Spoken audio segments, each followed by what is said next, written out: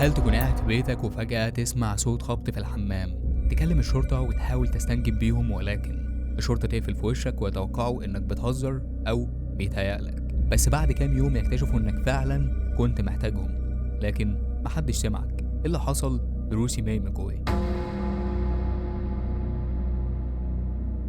روسي كانت عايشة لوحدها في مشروع إسكان اجتماعي في منطقة جريس أبوت هومز، ودي موجودة في شيكاغو. كان واحد من أكتر الأماكن اللي بيتقال عليها مشاريع الإسكان الفقيرة. كان رمز لكل حاجة غلط في فكرة الإسكان الاجتماعي اللي بتتعمل بسرعة ومن غير تخطيط. وده كان قريب من حي كابرني جرين اللي كان معروف بأنه مأوى للمجرمين والسفاحين، والعصابات كانت مسيطرة عليه بالكامل. الشرطة كانت نادرا ما بتدخل هناك، ولو دخلت كانت بتدخل عشان تطلع جثث. المكان كان مليان مخدرات، سرقات، وجرائم عنف بتحصل كل يوم كأنه فيلم رعب، بس على أرض الواقع. وده في الثمانينات يعتبر من أكتر الأماكن اللي مليانة قصص عنف وجرائم، ولك أن تتخيل إن معدل الجرائم فيه كانت بتوصل لجريمة كل أسبوع. روسي كانت عايشة في ده، بس عايشة على أمل إن الأمور هتتحسن، إن الحياة ممكن تكون أهدى. لكن للأسف الحياة في كابرني جرين ما بتديش أمل، هي بتاخده منك. هو كان بالنسبة لها مجرد بيت بتحاول إنها تكمل فيه حياتها. مشروع الإسكان ده كان قديم، حتى المباني نفسها كانت ضد الناس اللي عايشين فيها. تصميم غلط، مرايات بتوصل شقق ببعضها، سقف وحيطان ممكن تنهار في أي وقت. كان مكان أشبه بالفخ. لو كنت فقير ما كانش هيبقى عندك خيار غيره، ولو دخلته ما كانش هيبقى ليك مخرج. تخيل تعيش في مكان فيه كمية العيوب دي، وهي مش ممكن، هي هتأدي لموتك. المكان ده كان السبب الرئيسي في اللي حصل لروسي، مش بس بسبب العصابات، لكن بسبب انه مكان اتبنى على فكرة تجاهل الناس الغلابة، ومحدش سأل نفسه ازاي الناس دي تعيش حياة آدمية. روسي كان عندها عصاية خشب، يمكن الناس تشوفها مجرد عصاية عادية، لكنها بالنسبة لها كانت أكتر من كده بكتير. العصاية دي كانت سلاحها الشخصي لو قابلت أي حاجة تضايقها. الجيران كانوا بيقولوا إنها ما كانتش بتتحمل دوشة، ولو حد يقرر يشغل أغاني بصوت عالي حتى لو كانت أغاني كلاسيكية هادية ما كانش يعدي 5 دقايق لو هي على باب شقته والعصاية في إيدها. تخيل لو مرضيش يوطي الصوت ما كانتش بتستنى وتكلم الشرطة، لا لا لا، العصاية كانت هي الحل الأسرع. بتخبط بيها على الباب بكل قوتها وتزعق بصوت عالي. العصاية دي كانت كأنها رمز لشخصيتها، عنيدة ما بتسمحش لأي حد يتجاوز حدودها، ولا حد يفرض عليها حاجة هي مش قابلاها. والغريب إن الناس فعلا كانوا بيخافوا منها. ملامحها بسيطة، بس العصاية دي كانت بتخلي أي حد يعيد حساباته قبل ما يعمل أي حاجة تضايقها. لكن للأسف المرة اللي احتاجت فيها العصاية أكتر من أي وقت تاني لما كانت بتصرخ علشان حد ينقذها من اللي بيحاول يدخل عليها. العصاية ما قدرتش تعمل حاجة، وكأنها بقت مجرد خشبة ساكتة زي كل اللي حواليها. روسي كانت بتروح لدكتور نفسي قريب من المنطقة. جيرانها كانوا بيقولوا إنها دايما بتحكي إن عندها مشاكل في دماغها، مشاكل مش بتخليها تعرف تعيش حياتها زي الناس العادية. روسي كانت بتعاني من اضطرابات نفسية، أقرب حاجة ممكن نقول عليها البارانويا، اللي هو لما تحس كده إن في حد بيراقبك أو إن الدنيا كلها ضدك. بس الغريب مشاعر الخوف دي كانت ليها أسباب حقيقية في المكان اللي هي عايشة فيه. الدكتور كان بيحاول يساعدها تفهم إن اللي بيحصل في دماغها أحيانا مش حقيقي، وإنها لازم تفرق ما بين الواقع والخيال. لكنها كانت دايما بتقول له يا دكتور لما أقولك إن في خطر يبقى في خطر بجد. تخيل كانت متأكدة إنها مش بتتوهم، وإن المشاكل اللي حواليها حقيقية أكتر من كلام الدكتور. روسي كانت بتحكي له عن أصوات بتسمعها بالليل، عن خطوات حد بيمشي قريب من شقتها، وعن إحساس مرعب إن المراية اللي في الحمام بتبصلها بطريقة غريبة. كان دايما يقول لها روسي دي مجرد أوهام، المراية ما بتتكلمش. لكن الحقيقة المراية كانت جزء من الكابوس اللي خلص على حياتها. الدكتور حاول معاها بكل الطرق، أدوية، جلسات، لكن في النهاية العيشة في الحي ده كانت كفيلة إنها تهدم أي محاولات للشفاء. يمكن هي كانت بتعاني نفسيا، لكن اللي حصل لها في الآخر كان رعب حقيقي، ما فيهوش خيال ولا أوهام.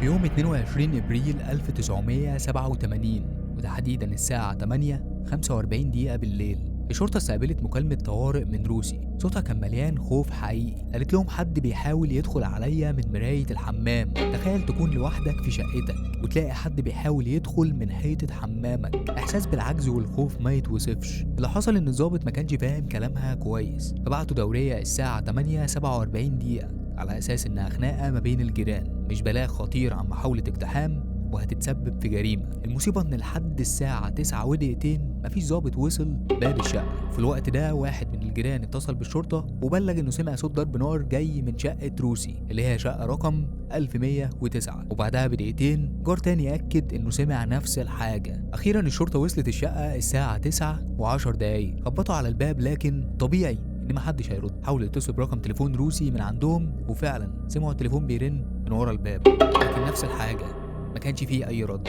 حاولوا يجيبوا مفتاح للشقه من مكتب اداره المشروع، لكن ما كانش فيه مفتاح متوفر. ولانهم كانوا مترددين يكسروا الباب، قرروا يمشوا الساعه 9 و48 دقيقه. تخيل التليفون بيرن جوه الشقه قدامهم، وصوت الرنه بيصرخ انا هنا، انا محتاجه مساعده. وبرضه محدش يكلف نفسه ويكسر الباب. يعني ايه صوت الاستغاثه قدامهم ومحدش يتحرك؟ لو ما كسروش الباب في الوقت ده يبقى هيكسروه امتى؟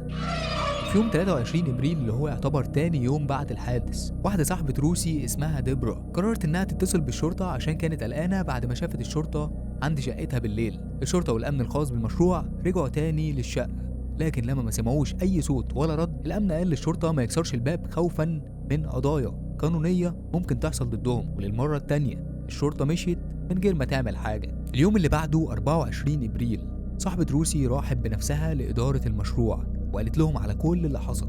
والإدارة في الوقت ده قرروا يسمعوا لديبرا للمرة التانية، وقرروا إنهم يفتحوا الباب باستخدام دريل. وأول ما فتحوا الباب لقوا الصدمة، روسي مقتولة في أوضتها، 4 طلقات في جسمها مخلصين على حياتها. التحقيق كشف تفاصيل غريبة عن مشروع الإسكان ده. المباني كان فيها عيب تصميم خطير. المواسير اللي ورا الحيطة بتاعة الحمام كانت بتوصل الشقق ببعضها. التصميم ده في الأساس كان معمول عشان يسهل الوصول للمواسير وقت الصيانة، لكن للأسف بقى كابوس أمني لسكان المنطقة. الحيطة دي كانت سهلة تتفك من الناحيتين، ولو حد في شقة قرر إنه يدخل شقة تانية كل اللي عليه يفك مراية الحمام من ناحيته ويفضل ماشي من خلال الفراغ لحد ما يفتح المراية من الناحية التانية. وده كان السبب في إن السرقات في المنطقة دي كانت بتحصل بطريقة غريبة، لدرجة إن السكان اضطروا يحطوا حاجات تقيلة من أساس البيت قدام باب الحمام أو يربطوا أكرة الباب بحبل قبل ما يناموا. شقة روسي 1109 كانت متصلة بشقة 1108. التحقيقات أكدت إن اللي حاولوا يقتحموا شقتها كانوا من خلال شقة 1108. الشاهد الأساسي كان واحد اسمه تيم براون. قال إنه كان قاعد في شقة 1108 مع واحد صاحبه اسمه فلورني، وبعدين قرروا يوسعوا الدايرة، وفجأة كده الباب فتح ودخل عليهم رونالد كولمان وبعده هندرس وبعدين تيرنر. الشقة بقت زحمة كأنها تجمع عصابة مش سهرة عادية. كل ده كان بيحصل في اليوم اللي انتهى بمقتل روسي. براون شاهد إن كولمان وراهم إزاي شقة 1109 ممكن تتفتح من خلال مراية الحمام. كولمان وفلورني مشيوا بعدها، وفضل براون مع هندرس وتيرنر، وهنا حصلت الكارثة. براون شافهم بنفسه وهم بيكسروا المراية وبيحاولوا يدخلوا لشقة روسي، وسمع بعدها صوت ضرب نار شوية، وخرج تيرنر شايل تلفزيون وهندرس شايل كرسي، وبعدها على طول اختفوا. الغريب انهم رجعوا بعدها بساعتين عشان يشيلوا فوارج الطلقات الخاصة بالسلاح اللي استخدموه في الجريمة، ودخلوا المرة دي من باب الشقة الرئيسي اللي كانوا سايبينه مفتوح. المحاكمة بدأت في مارس 1990، وكل واحد بيقول حاجة شكل، وبراون بيغير كلامه. براون فجأة كده قال إن كولمان هو اللي دخل شقة روسي، وإن تيرنر كان قاعد على الكنبة طول الوقت، وإنه ملوش علاقة بالجريمة. وبعدين يجي الشاهد التاني وهي سونيا مور، ودي صاحبة تيرنر. وقتها قالت حاجة قلبت الدنيا أكتر.